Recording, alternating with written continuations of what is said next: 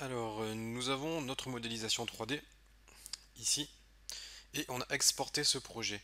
Du coup, maintenant on peut passer à Unity. Vous ouvrez Unity Hub, vous cliquez sur New pour créer un nouveau projet. Vous donnez un nom et un répertoire pour votre projet. Et pour ma part, je vais sélectionner le High Definition Render Pipeline, mais vous pouvez utiliser le Universal Render Pipeline si vous le souhaitez. Si vous voulez par exemple que votre jeu soit plus adapté aux mobiles ou aux consoles ou PC moins puissants. Donc moi pour l'instant je vais sélectionner le High Definition, je clique sur Create. Donc là ça risque de prendre un petit peu de temps parce que ça va importer pas mal de choses. Donc patientez le temps que votre projet se crée. Alors la création du projet est terminée, ça compile encore des choses à ce que je vois. Mais là on a disons la scène de base lorsqu'on crée notre projet avec Unity. Donc là c'est vraiment la scène d'exemple. Alors cette scène d'exemple, ce que je vais faire, c'est que je vais supprimer le light probe et les assets d'exemple, pour l'instant, je vais les virer. Ensuite, je vais récupérer ma modélisation 3D, je la fais glisser ici. Donc là, ça importe, ça fait 22 mégas. C'est assez lourd parce que dans mon cas, je l'ai beaucoup polygoné, mais comme je vous l'ai dit, c'est volontaire, même si c'est pas bien, c'est le côté obscur. Donc je l'ai beaucoup polygoné et on a utilisé des textures. Donc là, je mets ma modélisation 3D. On va la placer. Alors, par contre, là j'ai du mal à visualiser où est-ce qu'ils nous ont mis la caméra. Donc cette caméra, je vais la soulever un peu comme ça. Et ma modélisation 3D, voilà, je vais pouvoir peut-être un peu mieux la positionner. Je vais me mettre comme ça. Et la caméra, encore une fois, je reviens dessus. Euh,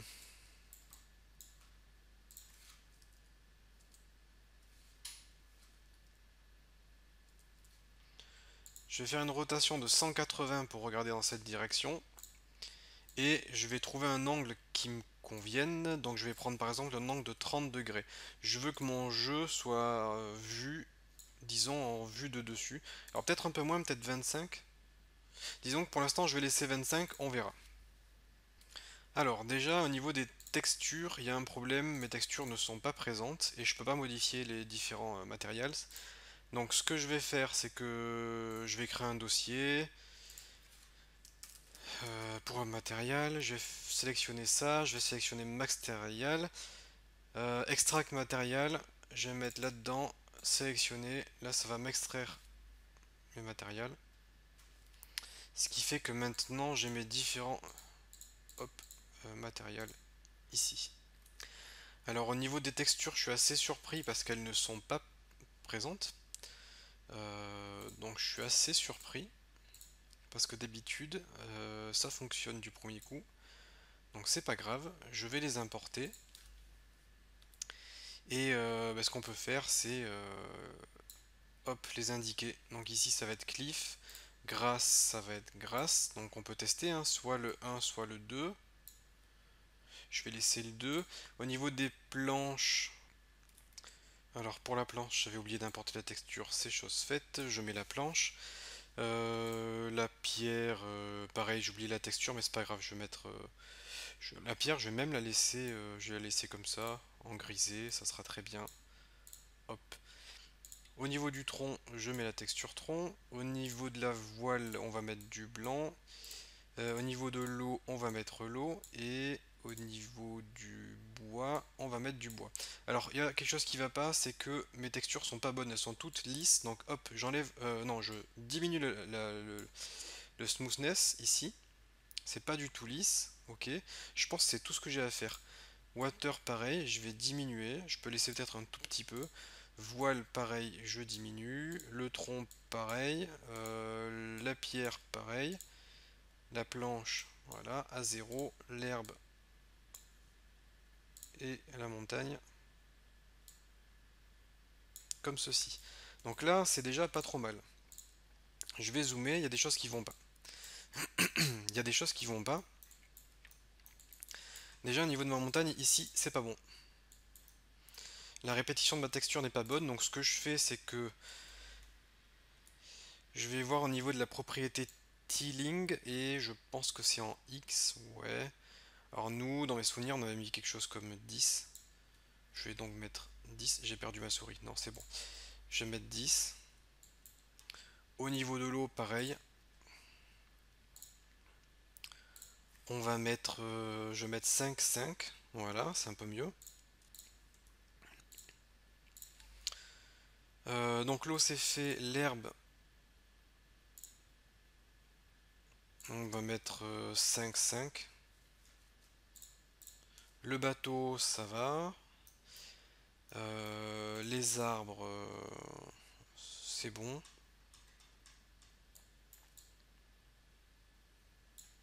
C'est pas trop mal.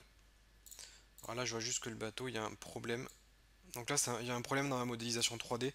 Euh, il y a un problème dans la modélisation 3D. J'ai pas inversé les normales. Du coup, ça me fait n'importe quoi. Alors, je vais faire vraiment un truc rapide. Parce que là, je vais pas retourner dans Blender.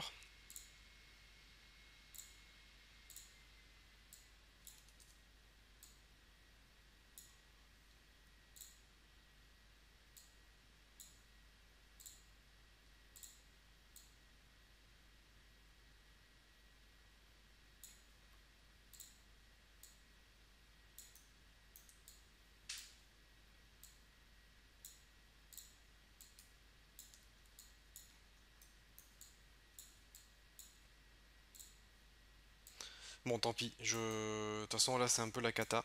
Euh, C'est un peu la cata. Je fais juste donc ce petit cache-misère rapide. Et ce que je ferai, c'est que bah, je modifierai ça dans Blender parce qu'on ne pourra pas laisser ça comme ça pour le jeu final. Mais disons que pour l'instant, ça va juste me permettre d'avoir mon bateau. Et pour le jeu final, je modifierai le modèle 3D dans Blender. Là, j'ai oublié d'inverser les normales, du coup, ça nous fait ça. Alors, donc là, on a notre scène qui est pas trop mal. Au niveau de la caméra, qu'est-ce qu'on a? On n'a pas grand-chose. Au niveau de la lumière, on va pouvoir jouer avec la température pour éventuellement faire un peu plus chaud. On a un petit brouillard, je regarde. Alors le ciel, le ciel il est là. On nous a mis un HDRI Sky. Pour l'instant, je vais laisser ça comme ça. Au niveau de l'exposition, je vais peut-être... Ouais, je vais laisser à 10. Je vais laisser le HDRI Sky. L'environnement, ok, on est bon. Le brouillard, on peut mettre une couleur un peu plus bleutée. On peut également mettre le brouillard un peu plus proche de nous, vous voyez. Voilà, si après si je suis très proche, c'est pas bon, mais je vais peut-être le mettre à... Je vais le mettre à 100 au lieu de 250. Ok, c'est bon. Le post-processing volume. Donc eux, ils nous ont déjà créé un profil. Donc quand vous créez une scène avec le High Definition Render Pipeline, on a déjà un volume qui est configuré, ce qui fait qu'on a déjà les effets de post-processing. Je vais juste vérifier ce qu'ils nous ont mis. Ils nous ont mis du vignettage. Je vais peut-être mettre .3 pour ajouter un peu de vignettage. Vignettage, ça permet de faire ça, hein. Ça permet de faire cet effet-là. Je vais même mettre .4. Je vais essayer de mettre des effets un peu prononcés, histoire qu'on ait vraiment un style particulier. Au niveau de l'exposition,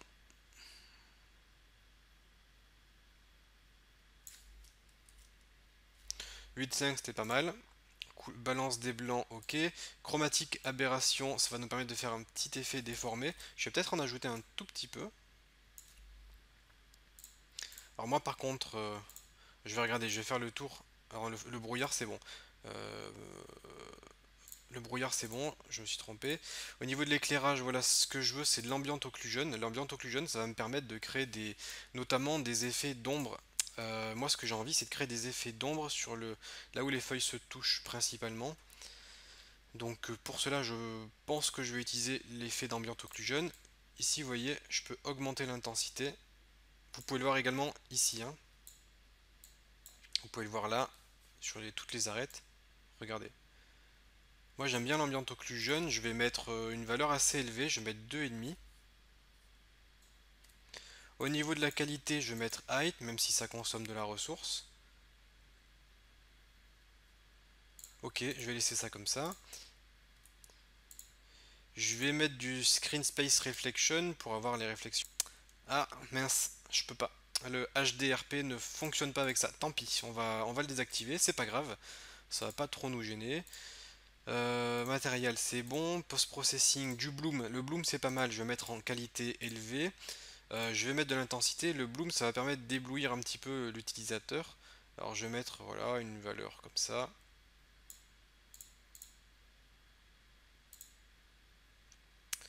Euh, L'ajustement des couleurs, je vais le mettre. Alors, je vais sélectionner tout, puis je vais les régler. Je vais mettre de l'ajustement de couleurs. Lens distorsion, je vais prendre. Ça va permettre de déformer la lentille de la caméra.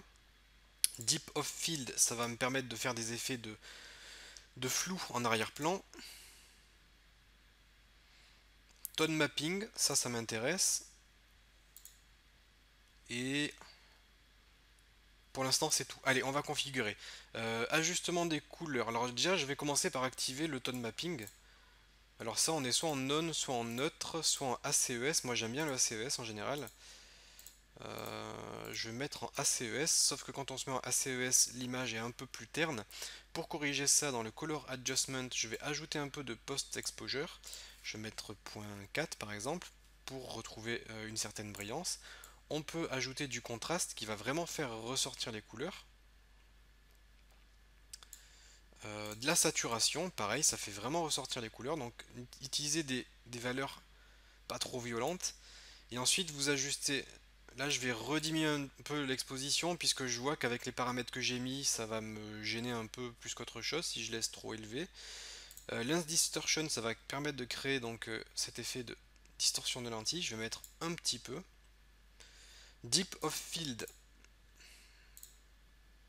Vous voyez, ça me fait un effet flou. Je vais me mettre en mode manuel. Qualité élevée. Euh, alors, ça démarre à...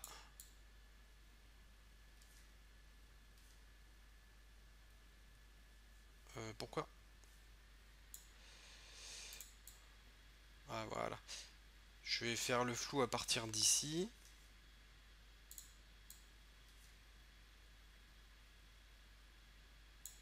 Je vais mettre des valeurs précises, hein. Je vais mettre 35-90, ce qui va me permettre de flouter mon arrière-plan. Et je vais également flouter un petit peu l'avant-plan à 10. Et je vais le faire démarrer à 0, voire à 2. Je vais mettre à 15 plutôt, voilà. Donc là, ça me fait un petit effet artistique de flou. Je regarde s'il y a d'autres choses qui peuvent nous intéresser. Ray tracing, non. Au niveau des ombres, non. Au niveau du ciel, donc nous on a déjà un HDRI Sky. Et l'environnement, ça nous intéresse pas. Remove. Donc voilà, là on a importé notre scène. J'ai appliqué certains réglages, histoire d'avoir quelque chose de pas trop mal. Alors le bateau, je vais le rapprocher un petit peu de la caméra. Je vais le faire pivoter pour qu'il soit dans la bonne direction. Bon, vous voyez, notre cache-misère, ça fonctionne un petit peu. On se rend pas trop compte que il y a un petit souci au niveau de l'avant du bateau, mais bon, c'est pas bien grave. Et voilà, donc là on a notre scène qui a été importée correctement dans Unity. On a un visuel qui est plutôt pas mal, qu'on peut même améliorer encore. Donc pour améliorer encore, je vais voir qu'est-ce qu'on peut faire. Je vais aller dans Game Object Light. Euh, je vais prendre un Reflection Probe que je vais mettre. Alors déjà, je vais l'éditer. Pour cela, je clique sur la petite icône ici. Je vais l'éditer. Je vais l'agrandir.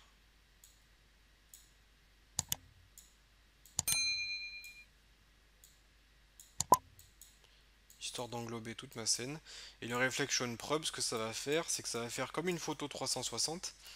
Ça va faire comme une photo 360 de tout mon environnement et ça va, au lieu de réfléchir dans le sens réflexion, enfin réfléchir la lumière ou les éléments, comme un miroir quoi. Au lieu de réfléchir n'importe quoi, et bien ce qu'on fait, c'est qu'on prend une photo de notre environnement, ce qui permet de pouvoir avoir les bons reflets, par exemple avoir les bons reflets dans l'eau, ce genre de choses. Au niveau du shape, je vais laisser box. Au niveau du type, je vais mettre en real time. Vous voyez, maintenant j'ai ma photo 360, comme je vous le disais, qui apparaît là. Et là, je vais avoir ces reflets qui seront donc reflétés sur mon environnement. Donc voilà, si vous avez des éléments réfléchissants, ça permettra d'avoir les bons reflets. Votre eau, hein, vous pouvez la configurer pour que ça réfléchisse un peu plus, hein.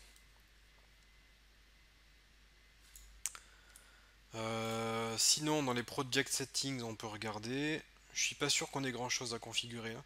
Graphics, ça me semble bon. Qualité, qualité, c'est bon. Je vais laisser les paramètres par défaut. Tout me convient. Hop, je vais juste lancer le jeu histoire que l'on se rende compte de ce que ça donne en plein écran. Et voilà, ça c'est notre projet. Pour moi, visuellement, c'est pas mal. C'est à peu près ce style que je recherche. Alors pour l'instant, bien sûr, tout est très statique, mais c'est pas trop mal. Vous pourrez ajuster selon vos préférences pour avoir les couleurs et les effets artistiques qui vous plaisent. Voilà, donc c'est tout pour cette vidéo. Je vais laisser ça comme ça. Et donc on verra dans les prochaines vidéos, notamment pour par exemple faire en sorte que le bateau puisse se déplacer.